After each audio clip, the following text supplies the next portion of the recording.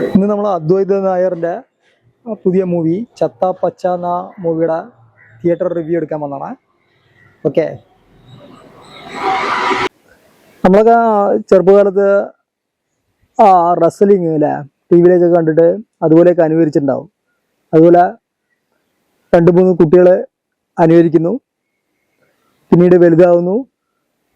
അപ്പോഴും അവർ ആ റെസ്ലിംഗ് എന്നുള്ള ആ ചെറുപ്പത്തിൽ പഠിച്ച കാര്യങ്ങൾ മറക്കുന്നില്ല. പിന്നെ അവർ ഒരുപാട് പ്രശ്നങ്ങൾ നേരിടുന്നു. പിന്നെ അങ്ങനെ ആ ഒരു റെസ്ലിംഗ്, ഒരു സ്ട്രീറ്റ് റെസ്ലിംഗ് അവർ തുടങ്ങുകയാണ് ഈ 3 പേര്. അത് മറ്റേ വലുതിന് ശേഷം അർജുൻ അശോകൻ, റോഷൻ മാത്യു, വിശാഖ് നായർ, ഇഷാൻ ഷൗക്കത്ത് തുടങ്ങിയ കുട്ടികൾ ആകുന്നു. പിന്നീട് പടം അങ്ങോട്ട് ഒരു എന്താ പറയുക, നസ്ലിൻ്റെ ഒരു പടം ഇറങ്ങിയിട്ടുണ്ടായിരുന്നില്ലേ, ജിംഖാന എന്ന് പറഞ്ഞൊരു ഫിലിം. അതുപോലെ അതിൽ ബോക്സിംഗ് ആണ്, ഇതിൽ റെസ്ലിംഗ് ആണെന്ന് മാത്രം. അപ്പോൾ സ്ട്രീറ്റ് റെസ്ലിംഗ് അതെങ്ങനെ കൊണ്ടുപോകുന്നതെന്ന് ഒരു കൺഫ്യൂഷൻ ഉണ്ടായിരുന്നു അതിൻ്റെ പോസ്റ്ററൊക്കെ കണ്ടു കഴിഞ്ഞ സമയത്ത്. പക്ഷെ അത് കുഴപ്പമില്ലാതെ എടുത്തു. നല്ല എന്താ പറയുക, ഭയങ്കര ഫൈറ്റ് അത് തന്നെയാണ്. അതിനു വേണ്ടിയിട്ട് നന്നായി വർക്കൗട്ട് ചെയ്തിട്ടുണ്ട് കേട്ടോ. അർജുൻ അശോകനായാലും ശരി, റോഷൻ മാത്യു ആയാലും ശരി, ഈ പടത്തിന് വേണ്ടിയിട്ട് നല്ല ഹാർഡ് വർക്ക് ചെയ്തിട്ടുണ്ട്. കാരണം അതിൽ ഒരു സ്റ്റോറി ബേസ് എന്ന് പറയുന്നത് ഒരു ഇതാണ്, അതായത് മറ്റേ റെസ്ലിംഗ് ബേസ് ചെയ്തിട്ടാണ്.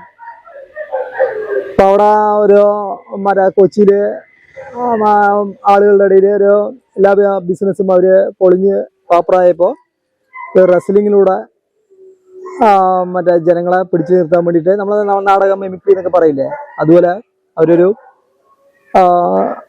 റിങ്ങൊക്കെ ഉണ്ടാക്കി ആ ഒരു സ്റ്റേജ് ഉണ്ടാക്കിയിട്ട് പെർഫോം ചെയ്യുന്നതാണ്. അപ്പം അതിനു വേണ്ടിയിട്ട് നന്നായി വർക്കൗട്ട് ചെയ്തിട്ടുണ്ട് ഈ റോഷൻ മാത്യു ആയാലും, അതുപോലെ തന്നെ മറ്റേ അർജുൻ അശോകൻ, പിന്നെ അങ്ങനെ 2-3 പേര്, 1-2 പേരുടെ പേര് അറിയില്ല. പക്ഷെ അവർ നന്നായി ചെയ്തു. കഥ വലിയ ബേസിക്കായിട്ട് വലിയ ഇല്ല, പക്ഷെ എങ്കിലും കുട്ടികൾക്കും അതുപോലെ തന്നെ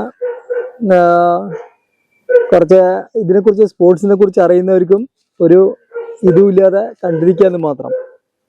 അതായത് നോ ലോജിക് എന്ന് നമ്മളെ ബബ്ബ പറഞ്ഞ ഫിലിമിൽ കണ്ടൂല, അതിന്റെ ടാഗ് ലൈൻ എന്ന് പറയുന്നത് നോ ലോജിക് എന്നാണ്. പക്ഷെ ഇതിനാണ് ശരിക്കും നോ ലോജിക് എന്ന് പറയുന്ന ആ പദം ഉപയോഗിക്കേണ്ടത് എന്നാണ് എനിക്ക് തോന്നുന്നത്. വളരെ കുഴപ്പമില്ലാതെ കൊണ്ടുപോയി. പിന്നെ അതിൽ എടുത്തു പറയത്തക്ക ഒരു അഭിനയം കാഴ്ചവെച്ചത് ഒരു ചെറിയ കുട്ടിയായിട്ട് അഭിനയിക്കുന്ന ഒരു കുട്ടിയുണ്ട്. ആ കുട്ടി നല്ല പെർഫോം ആയിരുന്നു. അതുപോലെ തന്നെ അവസാനത്തെ ഒരു 10-15 മിനിറ്റ് അടുത്ത് തിയേറ്ററിൻ്റെ അടുത്തിരിക്കുന്ന സ്ത്രീ ജനങ്ങളൊക്കെ ചെറുതായിട്ട് കണ്ണുനീരൊക്കെ എന്താ പറയുക, ചെറിയ കരച്ചിലും പിഴിച്ചിലൊക്കെ ആയിരുന്നു ലാസ്റ്റത്തെ ഒരു 10-15 മിനിറ്റ്. അങ്ങനെ വളരെ നല്ല രീതിയിൽ കൊണ്ടുവരും. ക്ലീൻ ഒരു എൻ്റർടൈൻമെൻറ്റ് മൂവി, ഫുൾ ഇടി, അതോടൊപ്പം തന്നെ ചെറിയ സ്റ്റോറി, ഒരു ആസ്വദിച്ച് കാണാം, ഒരു 1 ടൈം വാച്ചബിൾ മൂവി. പിന്നെ അത് പിള്ളേർക്കിങ്ങനെ വളരെ നന്നായിട്ട് സ്മൂത്തായിട്ട് കൊണ്ടുപോയി പടം. അതിൻ്റെ ഇടയിലാണ് നമ്മുടെ ഇച്ചാക്ക, മറ്റേ ഇക്ക വന്ന് ഒരു കാമിയോ റോള് ചെയ്തത്. അതോടുകൂടി ആ പടം എന്താ പറയുക, വലിയ കുഴപ്പമില്ല. ആ ഒരു കാമിയോ റോള് ആവശ്യം ഉണ്ടായിരുന്നില്ല എന്നാണ് എൻ്റെ അഭിപ്രായം. അതായത് ഈ ഇതിനു മുമ്പ് ബബ്ബ സിനിമയിൽ മറ്റേ മോഹൻലാൽ ഒരു കാമിയോ റോള് ചെയ്തൂല, അതിനേക്കാൾ ബെറ്റർ. ഓക്കെ, ഇനി ഇങ്ങനത്തെ റോളുകള് ഇവന്മാർ ചെയ്യാതിരിക്കുകയാണ് നല്ലതെന്നാണ് നല്ലത്. അതായത് മറ്റേ ചത്താപ്പച്ചിയില് പിള്ളേർ നല്ല രീതിയിൽ ഹൈപ്പ് കയറ്റി കൊണ്ടുവന്നു.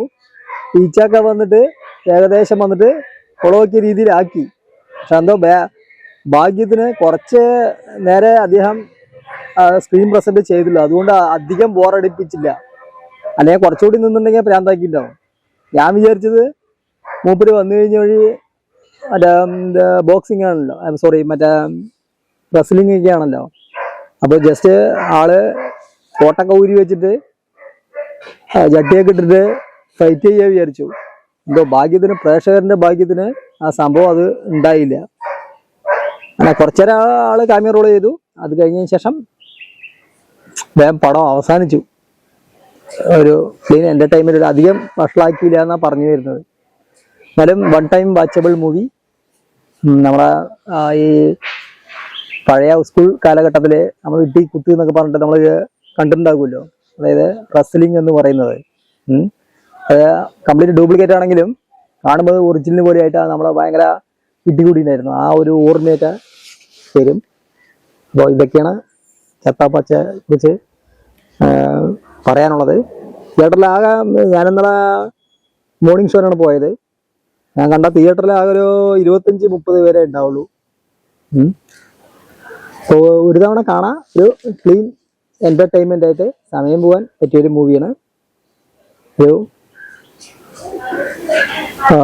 Above average. ഓക്കെ, ഇനി നമ്മുടെ ചാനൽ ഇഷ്ടപ്പെട്ടിട്ടുണ്ടെങ്കിൽ ഒന്ന് സബ്സ്ക്രൈബ് ചെയ്യുക, ലൈക്ക് ചെയ്യുക, ഷെയർ ചെയ്യുക. അടുത്ത നല്ലൊരു വീഡിയോയുമായി നമുക്ക് വീണ്ടും കാണാം. ഓക്കെ.